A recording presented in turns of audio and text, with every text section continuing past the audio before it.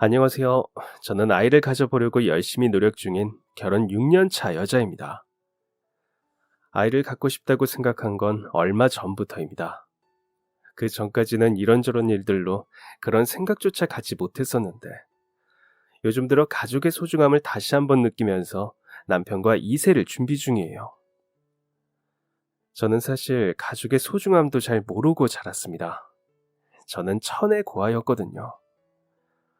엄마도 아빠도 친척도 형제도 아무것도 없이 덜렁 버려진 존재였어요. 아주 어린 갓난아이 때부터 보육원에서 먹고 자라며 늘 사랑이 고픈 시간들을 보냈습니다. 공부에는 딱히 관심도 없었지만 해야 한다는 강박 같은 것도 없었던 것 같아요. 저는 그저 일이 하고 싶었거든요.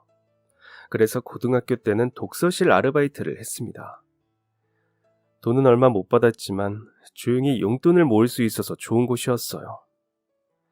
그러자 20살이 되자마자 그간 모은 돈에 나라 지원금과 원장님 도움을 조금 받아 조그만 반지 하방에 독립을 하고 처음으로 치과를 가게 되었습니다. 잇몸에서 자꾸 피가 나고 음식을 먹을 수가 없는 지경이었거든요. 그래도 그간 모아둔 돈이 있으니 치과 병원비가 비싼 줄도 모르고 덜컥 찾아간 거예요. 그러고는 충격을 받게 됐죠. 치료를 받으려면 드는 비용이 어마무시했거든요. 그렇게 예약을 하지도 못하고 허무하게 병원을 빠져나와야 했습니다.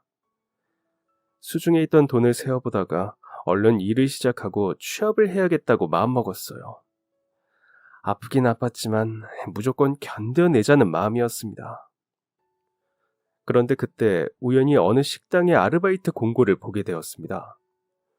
보쌈집이었는데 김장을 할 아르바이트생을 구한다는 공고였어요. 그렇게 물 흐르듯 아르바이트 면접을 보게 되었습니다. 보쌈집 사장님이면 되게 나이가 많은 아주머니나 아저씨일 줄 알았는데 이 젊은 남자가 면접을 보더라고요. 그 남자가 처음 제 얼굴을 보고 했던 말이 꽤 당황스러운 말이었습니다. 여기 무슨 일 구하는지 알고 오신 거 맞죠? 그 말이 되게 무섭게 느껴졌거든요. 우람한 덩치를 한 남자가 그렇게 물어오니 반사적으로 도망쳐야 하는 생각이 들었습니다. 그런데 그렇게 면접이 끝나려던 그때 어떤 아주머니께서 면접 보는 거냐며 제게 다가오셨어요. 그 남자가 그렇다고 고개를 끄덕이니 아주머니께서 저를 위아래로 훑어보시는 것이 아니겠어요. 솔직히 정말 무서웠습니다. 인상이나 표정도 그랬지만 그 포스가 범상치 않았거든요. 정말 무서운 사람들 같았습니다. 보쌈집이라기에 훈훈한 시골집 같은 느낌을 생각하며 온 것이었는데 그래서 솔직히 면접에 붙을 거라 생각하지 못했어요. 그런데 포기하고 돌아서는 제 등 뒤에 대고 그 아주머니께서 말씀하시더군요. 다 좋은데 출근날 옷은 편하게 입고 와. 버려도 되는 옷. 젊은 남자가 사장이 아니라 그 아주머니께서 진짜 사장님이었던 것입니다. 정말요? 저 내일 정말 출근해도 되나요? 속고만 살았어. 아유, 진짜. 아이여가지고 일이나 제대로 할진 모르겠다. 근데 그리 좋으냐? 아휴, 예쁘게 생겨가지고 싱겁긴. 무서웠던 표정은 어디 가고 다시 돌아보며 기뻐하는 제가 엄청 웃기다는 듯 웃어 보이시는 그 얼굴에 가슴이 설레었어요. 그 아주머니, 사장님이 어떤 분인지는 중요하지 않았습니다. 그분이 저를 예뻐하시는지 아니면 웃기다 생각하시는지도 중요하지 않았죠. 그냥 당장 돈을 벌 수 있는 직장이 생겼다는 것이 너무나 기뻤어요. 그렇게 저는 김장 아르바이트를 하겠다고 보쌈집으로 출근을 하게 되었습니다. 그래서 어땠느냐고요? 정말 죽을 맛이었습니다. 김장할 양이 많은 것은 많았어요. 하지만 그보다 더 큰 산이 있었습니다. 배추를 절이고 절인 배추를 씻어내는 과정이었어요. 조그만 배추들이 쌓이고 쌓인 커다란 대야가 어찌나 무겁던지 잠깐 쉬려고 허리를 펴면 찢어질 것 같은 고통이 밀려왔습니다. 사장님께서 저를 물끄러미 바라보시며 이렇게 말씀하셨어요. 아유, 내 어찌 불안하더라니. 힘들면 잠깐 빠져서 쉬다 해. 그러다 몸 다 장나. 그 말이 왠지 자존심이 상하고 또 돈 받고 하는 일인데 민폐가 되고 싶지는 않아서 이를 악물고 더 악착같이 했어요. 그렇게 배추를 모두 헹구어내고 제가 생각했던 양념 바르는 일이 시작되었습니다. 처음에는 으쌰으쌰 에너지가 넘쳤던 사람들 사이에도 점점 침묵하는 시간이 길어졌습니다. 처음 저를 면접 보았던 남자도 지친 표정을 하고 있었죠. 그리고 양념을 바르는 것만이 끝이 아니더군요. 김치를 통에 차곡차곡 넣어서 닦고 옮기고를 반복해야 했습니다. 청소까지 마치고 사장님께서 저에게 네 인생 최고의 김장이었지? 라고 물으시기에 난생 처음 해보는 김장이라고 말씀을 드렸더니 눈이 휘둥그레지셨습니다. 그간 어머니도와 한 번도 김장을 해본 적이 없느냐는 질문까지 하셨어요. 저는 아무렇지 않은 척 부모님이 안 계셔서 이런 걸 겪어볼 일이 없었다고 대답을 했습니다. 잠깐이나마 흔들리는 사장님의 두 눈동자를 보았지만 저는 애써 웃어 보였어요. 솔직히 김장은 배추에 양념만 바르면 되는 건 줄 알았는데 직접 해보니까 전혀 아니라서 힘들긴 했다고. 앞으로 김장을 만만하게 볼 일은 절대 없을 거라고 말이에요. 그랬더니 사장님께서 무언가 하실 말씀이 있으신 듯 한참 저를 바라보시다가 물으셨습니다. 집이 어디야? 갑작스런 개인적인 질문에 당황하기도 했지만 근처 동네에 살고 있다는 말씀을 드리게 되었죠. 그랬더니 사장님께서 다시 물어오셨습니다. 그래서 아르바이트해서 번 돈으로 뭐 하려고? 치료를 받을 이가 있는데 돈이 모자라서 아르바이트를 하게 되었다고 대답했습니다. 그 말에 분주히 청소하던 다른 직원들의 움직임과 소리들도 잠깐 멈추는 것 같은 기분이 들었습니다. 아무래도 다들 아닌 척 하면서 저와 사장님의 대화에 귀를 기울이고 있었던 모양이에요. 사장님께서는 저를 데리고 식당의 구석진 곳에 자리하신 후 대화를 이어가셨습니다. 그리고 제게 건네신 첫 말씀은 너무나도 따뜻하고 기분 좋은 말씀이었어요. 난 너 마음에 든다. 안 그럴 것까지 생겨서는 일도 잘하고 대답도 꾸밈없이 잘하고 씩씩하고. 아휴, 그러면 여태 치과에서 치료받을 돈도 없이 혼자 지낸 거야? 이제 학교 졸업하면 일은 어디서 하려고? 제가 마음에 든다니 기분이 좋은 말이었습니다. 사랑이 절실했던 저에게 참 듣기 좋은 이야기였어요. 저는 힘차게 고개를 끄덕이며 이제는 이 돈으로 치료를 받을 수 있게 되었고 일자리를 알아보는 중이라고 말씀드렸어요. 그랬더니 사장님께서 말씀하셨습니다. 그럼 그 일자리 구할 동안 계속 여기서 아르바이트 할래? 저 언니 보이지? 지금 대학교 2학년인데 이번 주까지만 하고 일 그만두겠단다. 그래서 마침 사람 구해야 하나 싶었는데 너 일하는 거 보니 내가 마음에 들어서 그냥 딱히 정해진 일 없이 손님 오면 식탁에 반찬 나르고 접시에 보쌈이랑 김치 예쁘게 담고 하면 돼. 사장님의 말씀은 솔깃한 제안이었지만 저는 왠지 망설여졌습니다.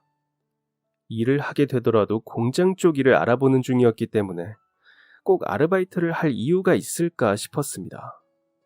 그래서 고민을 해보겠다고 말씀드리고 그날 그렇게 아르바이트를 마쳤어요. 일당을 받고 집으로 돌아가는 길에서 보쌈집의 그 남자를 다시 마주치게 되었습니다. 인사를 하기가 어색하긴 했지만 모르는 척 할 수는 없었기에 다가가 인사를 건넸어요. 그런데 그 남자가 깜짝 놀라 뒤돌아보며 입에 물고 있던 담배를 등 뒤로 숨기는 것입니다. 저기 방금 이건 못 본 걸로 해주실래요? 엄마가 알면 화내실 거예요. 저 담배 끊기로 했거든요. 네? 어, 엄마요? 아, 아, 모르실 수 있구나. 보쌈집 사장님이 저희 엄마예요. 알고 보니 그 남자는 사장님의 아들이었던 겁니다. 저는 대충 고개를 끄덕이며 어색하게 웃었습니다. 사실 그런 장면을 목격했더라도 그 사장님께 굳이 말씀드릴 일은 없었습니다. 아르바이트도 끝났고 더 마주칠 일이 있어야 말을 하든 말든 할 터였으니 말이죠. 그렇게 어색한 분위기가 싫어 서둘러 인사드리고 돌아서려던 그때 남자가 저를 다급하게 불러세웠어요. 그냥 서둘러 가고 싶은데 다시 불러세우는 것이 살짝 짜증났지만 멈춰섰어요.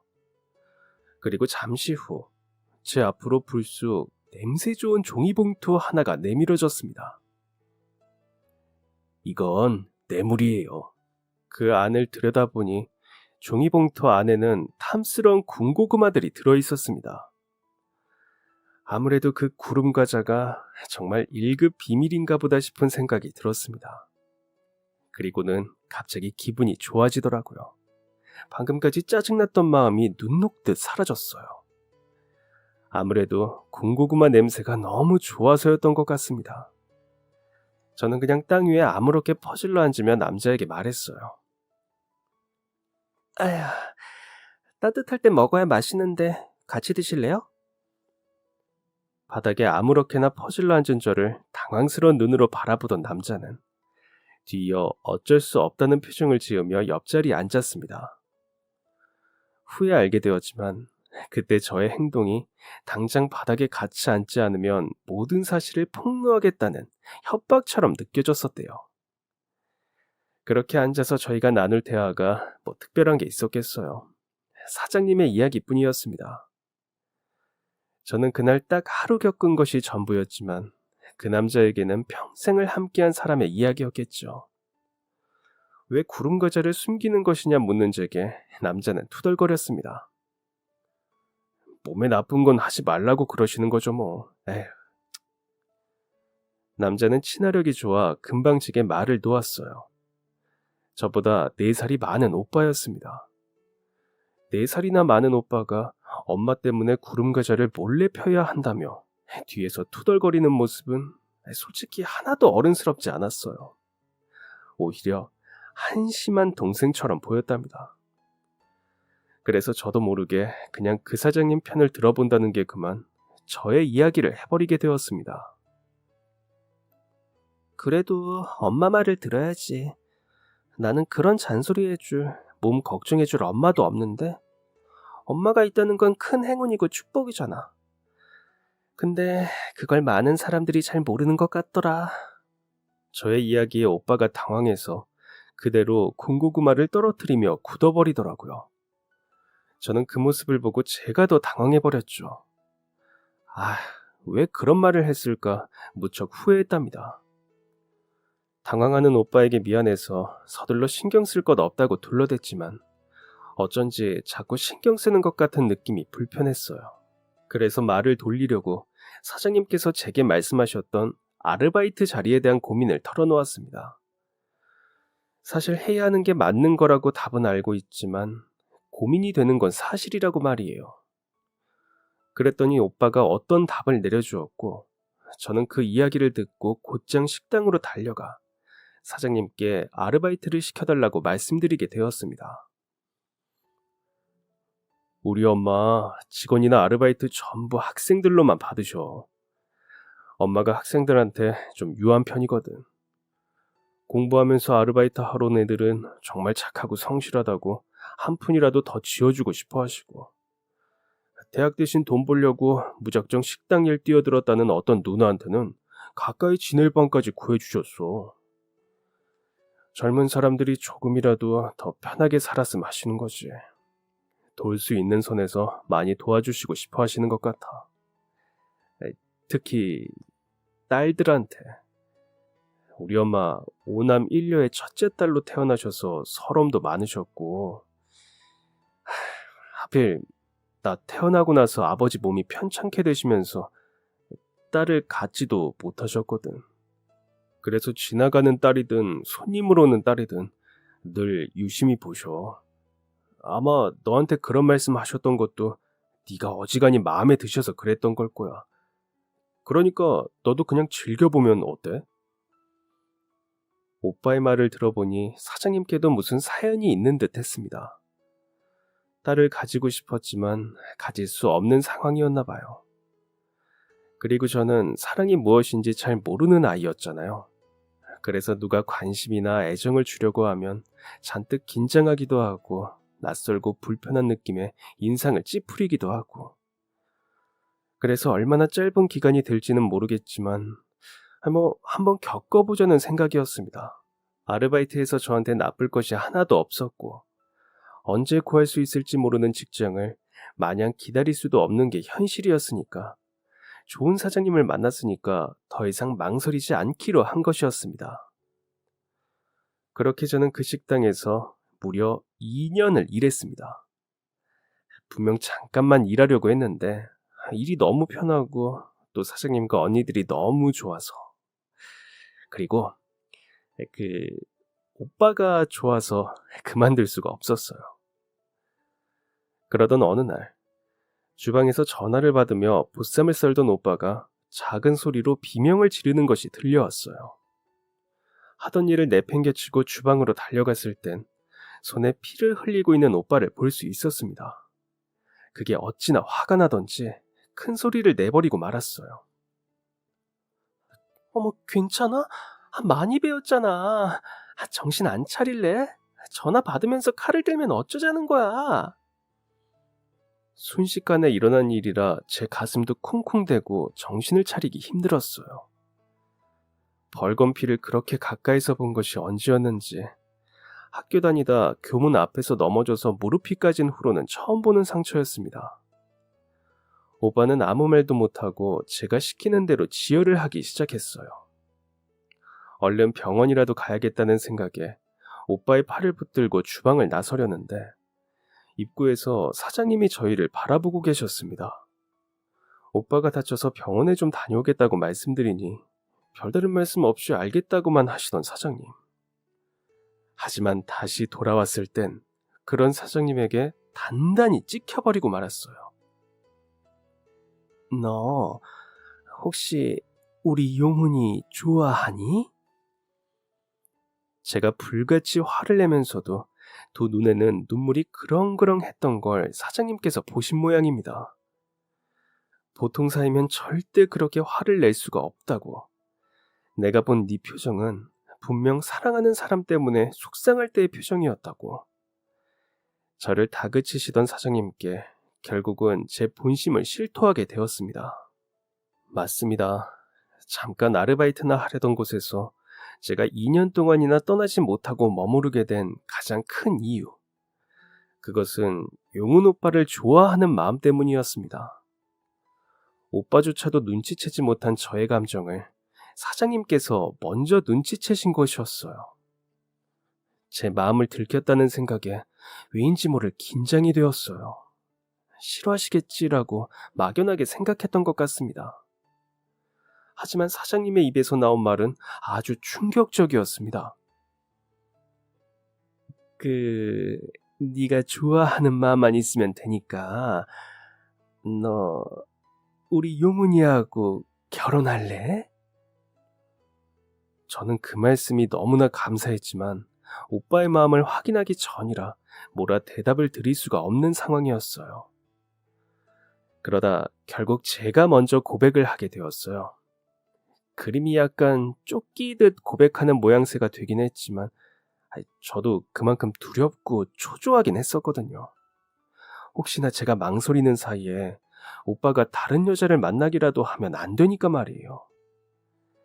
그렇게 저희는 짧은 연애 후 속전속결로 결혼까지 단번에 진행하게 되었습니다. 저와 오빠가 결혼을 하기로 했던 날, 사장님께서는 제게 말씀하셨습니다. 난 너를 딸 삼고 싶다. 저는 그 말이 정말 두근거렸어요. 전 엄마가 안 계시잖아요. 그걸 그냥 운명이라 생각하고 제 팔자라 생각하고 체념하고 살고 있었는데 갑자기 누가 나타나서 저를 딸 삼고 싶다고 해주시니 싫을 리가 있나요? 고부 갈등이요? 딸 같은 며느리 없다고요? 에이, 천만의 말씀, 만만의 콩떡입니다. 딸 같은 며느리 여기 있어요. 아니, 엄마 같은 시어머니가 바로 여기 계십니다. 제가 비록 효도를 잘 못하더라도 저를 정말 친딸처럼 대해주시는 시어머니가 계세요. 그 덕에 저는 정말 행복한 결혼 생활을 보냈답니다. 몸이 아프면 밤을 새워 제 옆에서 간호를 해주시고 집에서도 식당에서도 제 손에 물 한 방울 묻히지 말라고 굳은 일은 손에도 못 대게 하시던 어머님입니다. 정말 공주처럼 지냈어요. 그런 일이 저한테는 평생 없을 줄만 알았는데 그간 받지 못했던 사랑을 보상처럼 누가 내려준 것만 같은 감사한 날들이었습니다. 그렇게 어머님과 남편의 곁에서 저 또한 사랑을 주는 사람이 되고자 배우고 노력하며 마음을 전하는 법을 익혀갔던 것 같아요. 가족 간의 사랑이라는 것이 얼마나 중요하고 값진 것인지 몸속 깊이 느끼고 배웠습니다. 그러던 어느 날, 그런 제게 청천벽력 같은 소식이 전해졌습니다. 몸이 계속 좋지 않아 병원을 찾으셨던 어머님께서 간경화라는 소식이었어요. 처음에는 그게 뭔지도 잘 몰라서 몇 번이나 귀를 의심하며 남편을 추궁하기만 했어요. 어머님께서 왜 그런 병에 걸리셔야 하느냐며 애먼 남편을 힘들게 했죠. 차마 어머님께는 전화 한 통도 드리기가 싫었어요. 제가 전화를 거는 순간 그 모든 것이 현실임을 인정하는 꼴이 되는 것 같았거든요.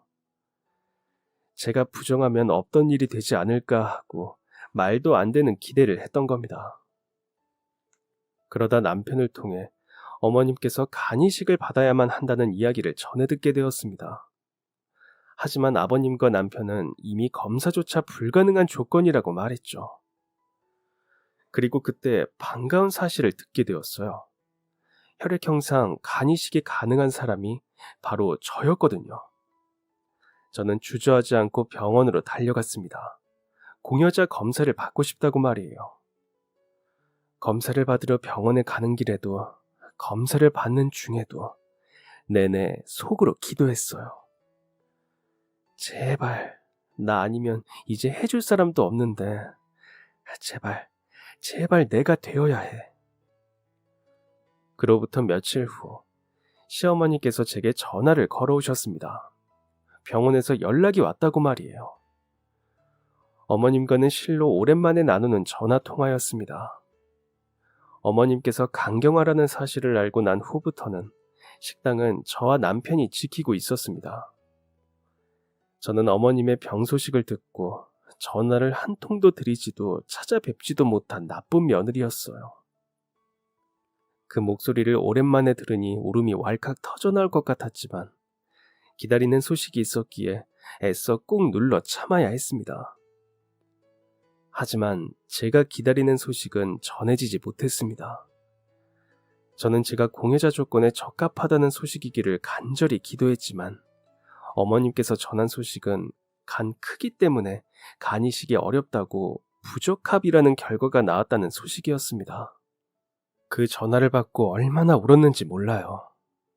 통화를 나누던 어머님께서도 제 울음소리를 듣고 함께 오열하셨습니다. 저까지 부적합하다는 결과에 어머님께서는 꼼짝없이 공여자를 기다리시며 약물 치료만으로 버텨야 하는 괴로운 상황에 놓이게 되신 것입니다. 덩치가 꽤 있던 편이셨던 어머님께서는 3개월 만에 살이 쏙 빠져서는 살이 아니라 붓기로 땡땡한 피부가 되셨습니다. 아버님께서는 수시로 몸을 따뜻하게 해주시고 주물러 주신다고는 하셨지만 눈에 띄게 달라진 어머님의 모습에 정말 마음이 아팠었어요. 그렇게 진단을 받고 3개월 후 어머님께서 식당에 가보시겠다고 아버님께 떼를 쓰셨다고 합니다.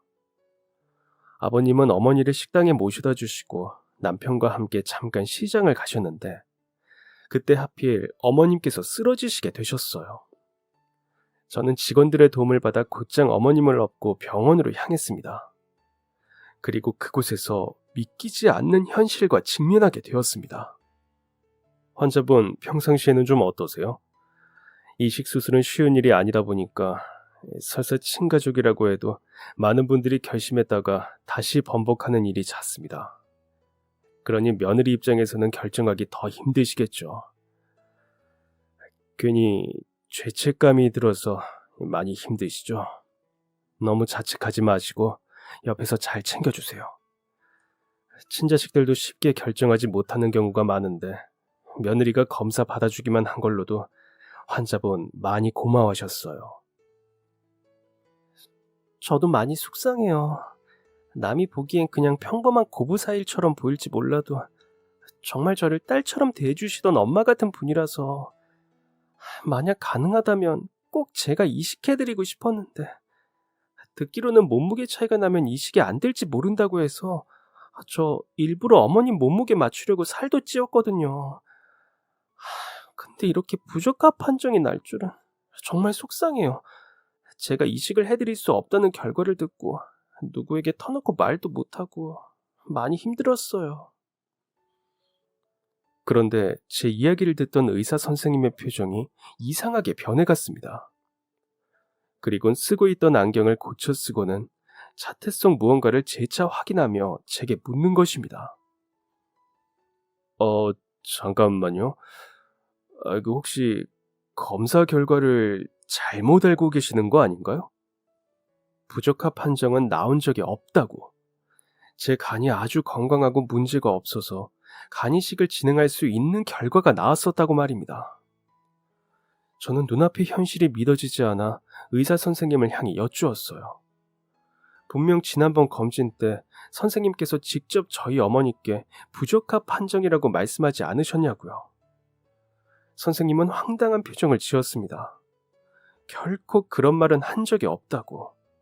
결과를 듣고 나서 어머님께서 직접 말씀하시길 며느리가 아무래도 이식을 못할 것 같다고 했다는 것입니다. 그래서 의사 선생님은 당연히 제가 겁이 나서 이식을 못하겠다 말했던 것인 줄 알았고 저 역시 어머님의 말만 듣고 검사 결과가 정말 부적합으로 나온 줄만 알았던 것입니다. 그때 재검사라도 받고 싶다는 제 말에 너무 애쓰지 말라던 남편의 말이 떠올랐습니다. 남편은 다 알고 있었던 것인지 저만 몰랐던 것인지 온갖 생각이 다 들더라고요. 그리고 때마침 어머님이 눈을 뜨고 몸을 일으키셨습니다. 아유, 미안해. 나 때문에 많이 놀랐지, 아가. 저는 그런 어머니를 향해 냅다 화를 내버렸어요. 어머님, 저한테 왜 거짓말을 하신 거예요? 점차 굳어가는 어머님의 얼굴, 그리고 이내 당황스러워하며 웃음으로 무마하시려는 그 표정에 가슴이 찢어졌습니다. 제게 간이식을 받아 다시 건강을 되찾을 기회가 있었음에도 불구하고 검사 결과를 거짓말로 제게 숨기려 하신 것이었습니다. 만약 오늘 어머님이 쓰러지지 않으셨다면, 저희가 함께 병원을 오지 않았더라면 어쩌면 영영 이 사실을 모른 채로 지낼 뻔한 것입니다. 왜 숨겼느냐고, 왜 거짓말을 하신 거냐고 화가 나서 묻는 제게 어머님께서는 여전히 어색하게 웃는 얼굴을 하시고는 말씀하셨어요. 얘야, 내가 네 배를 어떻게 가르겠어. 생떼 같은 자식 배를 어떻게 갈라. 나 때문에 어떻게 너를 피보게 하겠니? 고작 나 하나 때문에 어떻게 널 그 꼴을 만들겠어. 그 말씀을 듣는데 저도 모르게 두 눈에서 눈물이 뚝뚝 흘러내렸습니다. 주변에 누가 있는지, 이 이야기를 누가 듣고 있는지 신경 쓸 겨를도 없이 온갖 말들이 가슴을 치며 올라왔습니다. 너무 화가 나서, 너무 속이 상해서 해서는 안 되는 말까지 섞어가며 어머님께 따지듯 떠오르는 말들을 모조리 토해냈습니다. 진짜 어머니가 되어주시기까지 하셔놓고 왜 저한테 받는 건 싫다 하세요? 제가 어머니께 받은 것들이 얼마나 수없이 많은데 돈으로도 환산할 수 없는 값어치 있는 것들을 주셔놓고 제게는 아무것도 받지 않겠다고 하시면 전 어떻게 살아요? 그 많은 세월 동안 어머니께 받기만 하고 살았던 제 마음 부디 헤아려 주세요. 해드릴 수 있는 것도 못 해드리고 나면 제가 앞으로 어떻게 어머님 얼굴을 보고 살겠어요. 저는 그렇게는 못 살아요. 저 앞으로 계속 안 보실 거면 그렇게 계속 싫다 하세요. 평생 저랑 연 끊고 싶으시면 계속 싫다고 하시라고요. 하지만 마지막 말은 진심이 아니었습니다. 제가 감히 어떻게 어머님과 인연을 끊고 살 수 있겠습니까? 다만 그만큼 간절하고 절실했습니다. 그렇게라도 말씀을 드려야 어머님께서 제 말을 들어주실 것 같았거든요. 이제 겨우 해드릴 수 있는 것이 생겼는데 그것마저 못하게 하시면 제가 앞으로 어떻게 살 수 있겠느냐는 말에 제 온 마음을 싣고 싶었던 것 같아요. 토해내듯 튀어나오는 저의 울부짖음에 어머님께서는 두 손을 얼굴로 가리고 어깨를 떨기 시작하셨어요. 건방진 며느리가 시어머니를 울린 셈입니다. 그래도 죄송하다는 말은 나오지 않았습니다. 강제로라도 어머님께 간이식을 해드려야겠다는 생각만 머리에 떠다녔거든요. 어머니께서는 웃는 얼굴도 우는 얼굴도 아닌 표정을 하시고서 말씀하셨습니다. 너 정말 못됐다. 어찌 그리 내 가슴에 못을 박는 이야기를 하니. 너 정말 못됐어. 퍽퍽하고 제 옆구리에 날아드는 주먹은 그간 보아왔던 어머니의 그 어떤 모습조차도 나약해 보였습니다. 저는 그 힘없는 손을 붙잡고 어머님을 끌어안았습니다. 제발 제 소원이니 그만 고집 부리시고 그냥 수술 받으시면 안 되겠느냐고 부탁을 드리면서요. 그렇게 시어머니와 며느리의 싸움에서 며느리가 승리를 거머쥐게 되었습니다. 고집불통 예의 없고 제멋대로인 며느리를 시어머니께서 결국 이기지 못한 것입니다. 어머님께서는 돌아오시는 길에도 내내 저를 보며 표독한 것이라고 지독하게 못되어 먹었다고 말씀하셨어요. 그래도 저는 마냥 좋았습니다. 까짓것 지독한 며느리 한 번 하면 뭐가 좀 어떤가요? 제가 어머님께 간이식을 해드릴 수가 있고 그렇게 하면 우리 어머님 건강해질 수 있는데 말이죠. 그렇다면 저는 100번이고 1000번이고 지독하고 못된 며느리를 자처할 수 있습니다. 전화를 받고 부랴부랴 달려온 아버님과 남편에게 어머님 간이식을 다시 할 수 있게 되었다고 말했더니 모두 깜짝 놀랐습니다. 저는 남편이 어머님과 같은 편을 먹고 저를 속였다고 생각했는데 남편도 제 이야기를 듣고 깜짝 놀라더라고요. 자기도 어머님 말씀만 철석같이 믿었다고 말입니다. 집으로 돌아가는 길, 남편이 제게 정말 괜찮겠느냐고 몇 번이나 묻더라고요. 당신이 꼭 해야 하는 일이 아니니까 조금이라도 두렵고 무서운 마음이 들거들랑 자기한테 말해달라고. 엄마도 너무 사랑하고 좋아하지만 당신 또한 너무 사랑하고 좋아하기에 자기도 이게 맞는 건지 고민이 된다고요. 그래서 저는 이번에 남편에게 또 버럭 화를 냈습니다. 나한테는 이게 도리야. 당신 몰라서 그래? 말 그대로 내가 우리 엄마 수술해 주는 거야. 그러니까 당신도 그렇게 생각하라고. 다 괜찮아질 거야. 알겠지? 그러니까 우리 약해지지 말자. 지금 제일 힘든 건 우리 어머님이시잖아. 남편은 저의 말에 고개를 푹 숙였습니다. 저는 알고 있습니다. 어머님께도 남편에게도 이렇게 강하게 이야기할 필요가 전혀 없다는 것을요. 하지만 제가 그렇게 강하고 단호하게 얘기해야 그 두 사람이 제 각오를 받아줄 것이라 생각했습니다. 그래도 그렇게 버럭 화를 낸 덕분에 어머님과 남편을 설득하여 저는 마침내 수술대에 오를 수 있게 되었어요. 무섭지 않았느냐고요? 글쎄요. 살면서 그보다 더 무서운 일이 많았기 때문에 그다지 무섭지 않았던 것 같습니다. 아픈 어머님께 저의 간을 떼어드리기 위해 수술대에 오르는 순간보다 어머님께 남은 시간이 얼마 남지 않았다는 의사의 말이 더 무서웠거든요. 그보다 더 무서운 말이 또 있을까요? 사랑하는 사람의 시간이 얼마 남지 않았다는 말. 수술실에서 언제 잠이 들었는지도 모른 채 다시 깨어났을 때에는 저는 처치실에 누워있는 상태였습니다. 잠이 막 쏟아지는데 잠들면 안 된다고 하더라고요. 걱정스레 저를 내려다보는 남편의 얼굴에 왠지 더 잠이 쏟아지는 기분이 들었습니다. 정말 무섭지 않았는데 그래도 수술이 끝났구나 하는 생각에 마음이 놓였던 것 같아요. 어머님은 어디 계시냐는 저의 질문에 아직 수술방에 계신다고만 답하던 남편.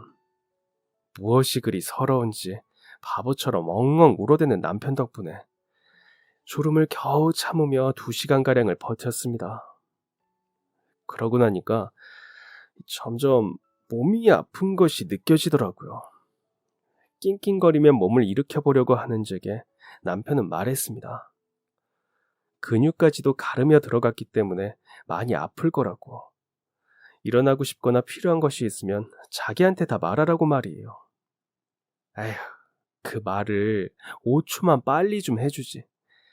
이미 몸을 한번 일으켜보려다가 아유, 엄청난 고통에 눈물이 찔끔한 뒤였습니다.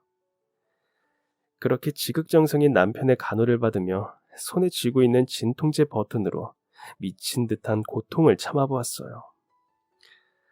와, 근데 진짜 아프긴 정말 아프더라고요. 마취하고 하는 수술이니까 고통이 없을 거라고 제가 너무 어머님 생각만 하느라 제가 아플 거라는 생각 자체를 못했던 것 같습니다. 들려오지 않는 어머님의 소식 때문이었는지 1분 1초가 정말 길게만 느껴졌어요. 그리고 드디어 어머님의 소식을 전해 듣게 되었습니다. 수술방에서 중환자실로 옮겨졌다는 소식이었죠. 그제야 마음이 놓이면서 온몸 곳곳이 또 미친 듯이 아파오기 시작했습니다. 사실 그 전까지는 어머님의 소식이 더 궁금해서 제대로 아파하지도 못하겠더라고요. 그렇게 그날 밤에는 잠 한숨을 자지 못했습니다. 원래 아무 데서나 푹 잘 자는 성격인데도 불구하고 불면증에 걸린 사람처럼 뜬 눈으로 밤을 지새워야 했습니다. 다음날 오전, 몸에 불편하게 치렁치렁 달고 있던 것들을 제거하고 나니 한결 편안해진 기분이었습니다. 어떻게 4일이 흘러간지 모르겠어요. 솔직히 많이 아플 때마다 어머님 생각을 하며 떨쳐버리려고 했지만 고통이 쉽게 참아지지는 않더라고요. 그런데도 남편한테 편하게 아프다는 소리를 하고 싶지가 않아 아플 때마다 남편에게 말했던 것 같습니다. 내가 이렇게 아픈데 우리 어머님은 정말 말도 못하게 아프실 거야. 그치? 빨리 회복하셔야 할 텐데. 수술을 하면서 입원해 있는 기간 동안 저는 저희 남편이 얼마나 울보인지도 깨닫게 되었습니다. 글쎄, 저보다 더 많이 울더라고요. 화장실에 갔다가 한참 나오지를 못해도 울고, 엑스레이를 찍으러 간다고 휠체어를 탈 때에도 울고. 그때는 남편을 울리는 게 내 나약함 때문인 것 같아 미안해서 왜 우냐고 한 소리 하지도 못했는데 후에 물어보니 남편은 저한테 너무 미안해서 울었다고 하네요. 자기를 만나서 제가 고생을 하는 것 같다고 자기가 간이식을 해줄 수 있는 사람이었으면 저를 고생시키지 않아도 되는데 이 아픈 걸 혼자 하게 해서 미안했다고요. 가만히 누워 꼼짝도 하지 못한 채 있는 상황이 조금은 답답했지만 그런 따뜻한 마음으로 저를 보살펴준 남편이 있었기에 제가 견딜 수 있었나 봅니다.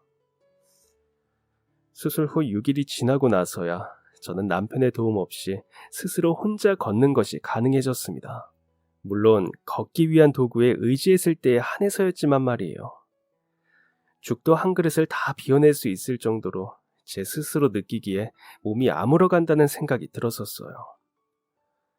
그때 마침 어머님께서도 중환자실에서 일반 병실로 옮기셨다는 소식을 전해 듣게 되었습니다. 그리고 저는 수술 후 7일차가 되던 날 퇴원을 했습니다. 퇴원을 하고 나서 약 일주일간은 계속 속이 불편한 느낌이 사라지지 않더라고요. 회복 속도는 입원해 있는 기간보다 훨씬 빠르고 좋아졌지만 먹을 때 불편한 느낌이 드는 것은 쉬이 사라지지 않았습니다. 그러다 수술일로부터 2주가 되던 날 어머님의 퇴원 소식을 전해 들었습니다. 그 전에 자주 통화도 하고 어머님과 이런저런 이야기도 나누었었는데 확실히 어머님께서도 퇴원 전보다 후의 목소리가 더 좋으시더라고요. 퇴원하던 날 저는 어머님과 약속을 했답니다. 밥 꼭 제때 챙겨 드시고 약도 꼭 시간 맞춰 잘 드시기예요.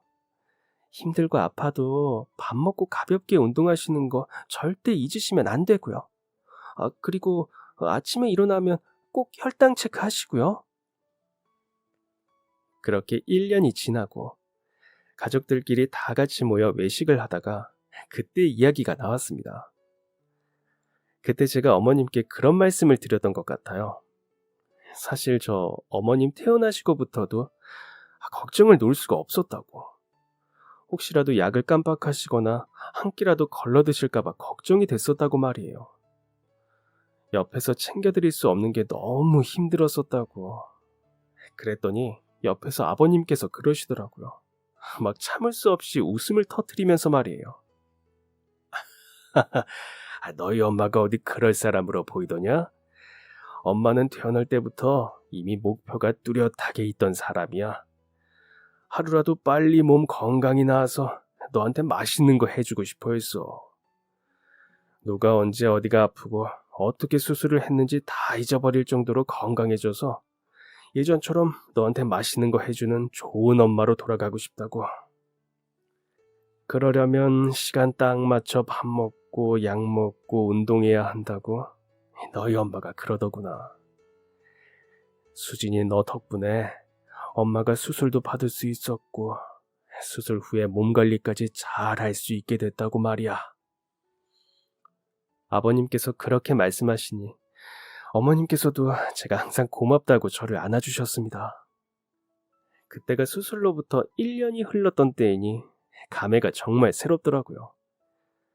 그날 이후 몇 년이 흐른 지금에도 여전히 그때 그 말씀을 가슴에 새기며 살고 있습니다.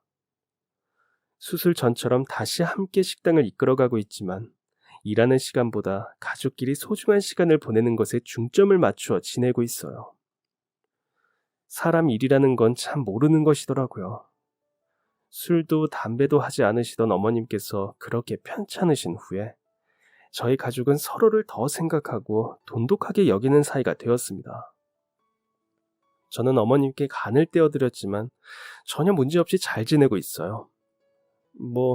가끔 피곤한 날이면 남편이 저보다 더 나서서 걱정을 하고 어머님께서는 입이 닳도록 피곤한 상황을 피하라고 잔소리를 하십니다.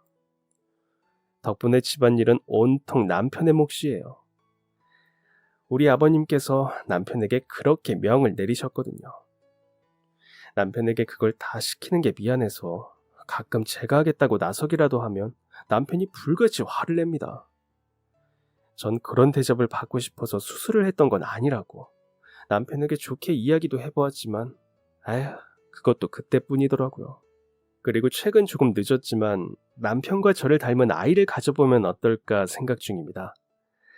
이제 가족이라는 존재가 제 일상의 아주 큰 부분을 차지하게 되었고 인생의 즐거움을 가족을 통해 얻으며 지내다 보니 요즘 들어 더욱더 아이 생각이 간절한 것 같습니다.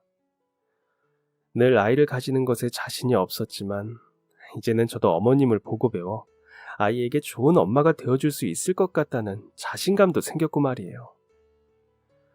만약 누군가 제게 시어머니의 간이식 수술을 하려고 고민 중이라는 말을 해온다면 저는 무조건 그렇게 하라는 말은 하지 못할 것 같습니다. 정말 중대한 수술인 만큼 많은 것을 고민하고 수없이 생각해본 끝에 내려야 하는 결정이라고 생각해요. 그럼 그 사람들이 제게 묻겠죠. 그러는 저는 왜 망설임 고민도 없이 못된 며느리 소리를 들어가면서까지 강제로 간이식 수술을 결심했느냐고요. 그건 저희 어머님이 제게 가족이라는 행복을 선물해 주신 고마운 분이었기 때문입니다. 그냥 단순한 시어머니가 아니라 제게는 그분이 어머니였기 때문입니다. 그리고 저는 그 어머니를 진심으로 사랑했고 끝까지 지켜드리고 싶었기 때문이에요. 시간이 많이 흐른 지금도 저는 여전히 저희 가족들을 사랑합니다. 다시 그런 결정을 내려야 하는 순간이 다가온다 해도 저는 망설이지 않을래요. 주는 사랑도 받는 사랑도 익숙하지 못했던 제게 그 방법을 알려주시고 그 사랑에 보답하는 마음까지 선물해 주신 어머님께 이 자리를 빌려 정말 감사하다고 말씀드리고 싶어요. 어머니 감사합니다. 그리고 사랑합니다. 이제 더 이상 아픈 곳 없이 오래오래 건강하셔서 저희와 함께 좋은 시간 보내며 살아요. 그럼 지금까지 사연 들어주셔서 감사합니다. 사연이 재밌으셨다면 구독과 좋아요 부탁드려요. 감사합니다. 안녕히 계세요.